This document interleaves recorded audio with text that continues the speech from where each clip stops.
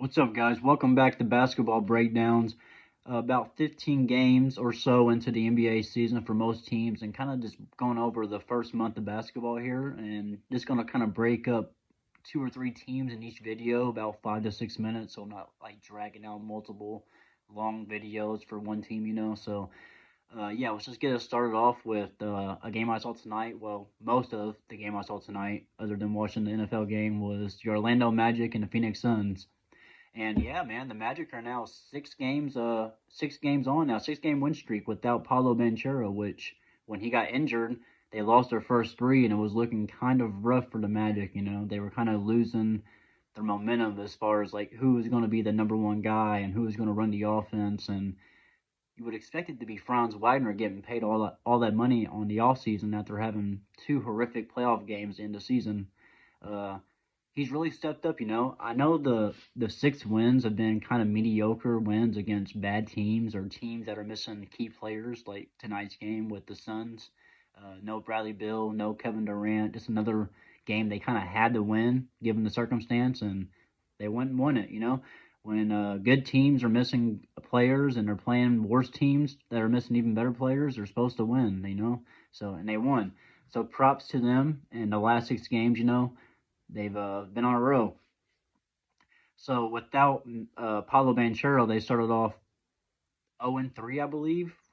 Well, they started off 3-2 with Paulo. Paulo gets hurt.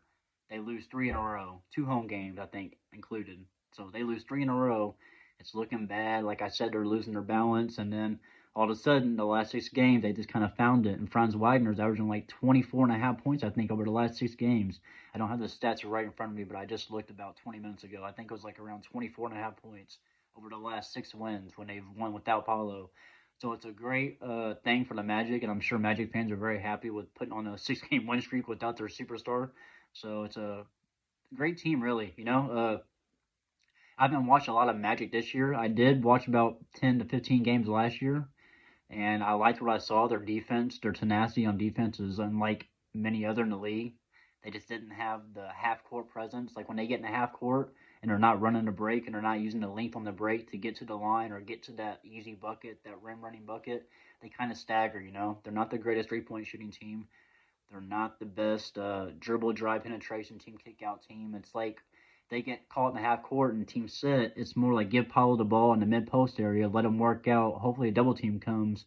You can kick it out to Suggs or Franz or any situation. But yeah, this year it looked like they're shooting better. They got KCP to add to that, hoping that he would bring more better looks to the 3 point. And so far, not gonna lie, looking at the numbers, KCP hasn't been the greatest like they want him to be, but it's early. And losing Pablo for the last 6 games has definitely taken away from open generated threes. As you can see, they're kind of clustered. And they don't still really know exactly what they're doing all the time without Pablo out there. But Franz Wagner has done a damn good job of keeping the team together, and Jalen Suggs too. Jalen Suggs is just another savvy, great defender. Every single play, he's going to be there. I think he's probably one of the most underrated players in the NBA as far as the defensive end goes. And even on offense, like if he can catch three, can hit 3 or 4 threes or 3 or 4 threes in a row or in a game and change the stride of a game. And he's always going to be right there on defense on the best player of the other team, no matter what. So I like the way this team's building, especially with Jonathan Isaac slowly building up his minutes. He's only playing around 12, 13 minutes a game, which is kind of standard over the last few years. He's been in and out. Well, actually, he's been out for a long time, but now that he's back, he's been on limited minutes. I guess they're kind of building him back into the rotation and not trying to rush anything because when Jonathan Isaac, if you guys do not know, if you have not watched Magic basketball, when Jonathan Isaac is out on that floor, on defense, we're not talking really offense, even though he can give you some buckets here and there. But on defense alone, he is one of the best one-on-one or best zone defenders in the NBA, period. I mean, you can name a couple other guys that are right there with him, like the Giannis's as far as the one-on-one that be able to cover anywhere. And I'm not over-exaggerating this. If you watch Jonathan Isaac play defense, he's fucking great. Like, he's hands down one of the best defenders in the NBA.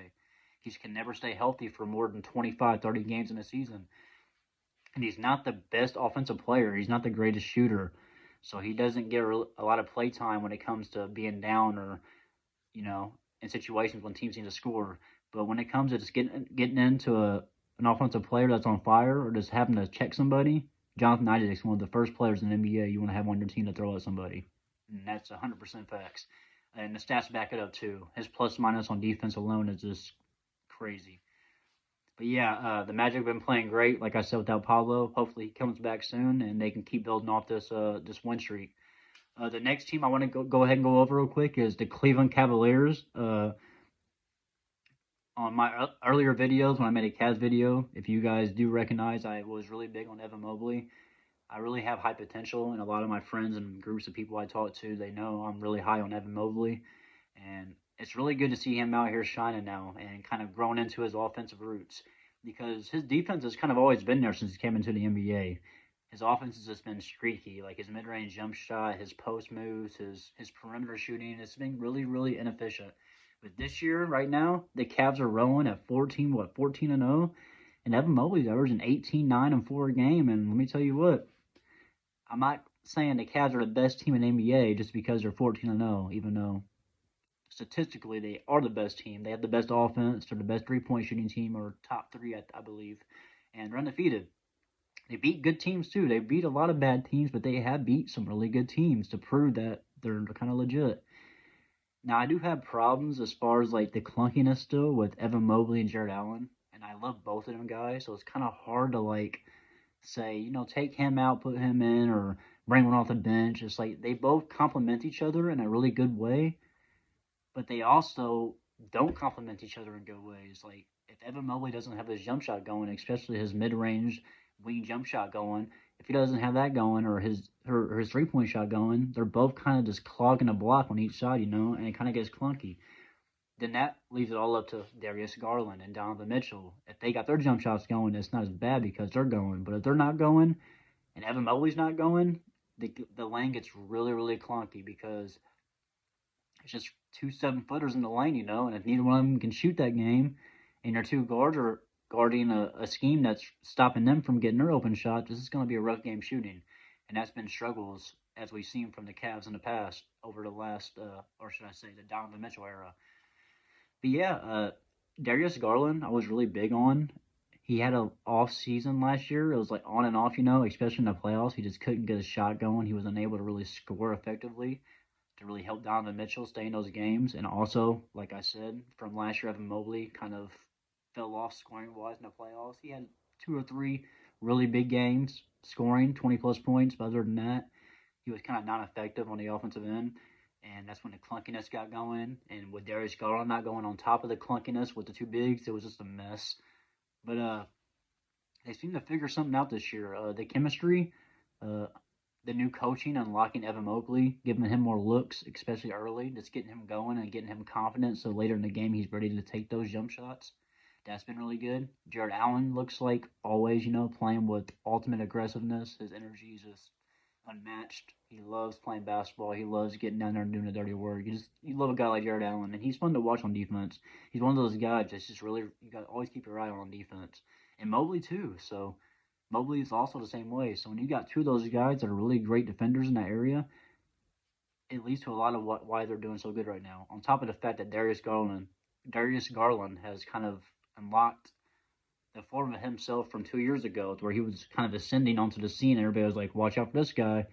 And then him and Mitchell kind of didn't click. But I guess there was rumors that Garland was kind of hurt all year last year on and off, so he was never 100% healthy and ready to go throughout the whole entire season, from what I hear from other people and other analysts I've heard. But this year, they look to be clicking. They're good. Health doesn't look bad. Mitchell sat a couple games. I believe Garland sat a game, and Allen sat a game. And even with the people missing certain games, they're still undefeated and they're still rolling. So, yeah, the Cavs have been a pleasant surprise, and they're really a fun team to watch, especially when Mitchell gets going and the rest of the team just kind of rallies around that. It's been a really fun experience. So, yeah, guys, I'm just going to wrap it up right there. That's my kind of slash take on the Cavs and the Magic. So I guess we'll call this the Cavs and Magic video breakdown, or whatever, brief season, whatever the hell you want to call it. Breaking down the Cavs and the Magic. If you guys liked it, please comment, like, and subscribe, and I'll be back with another one.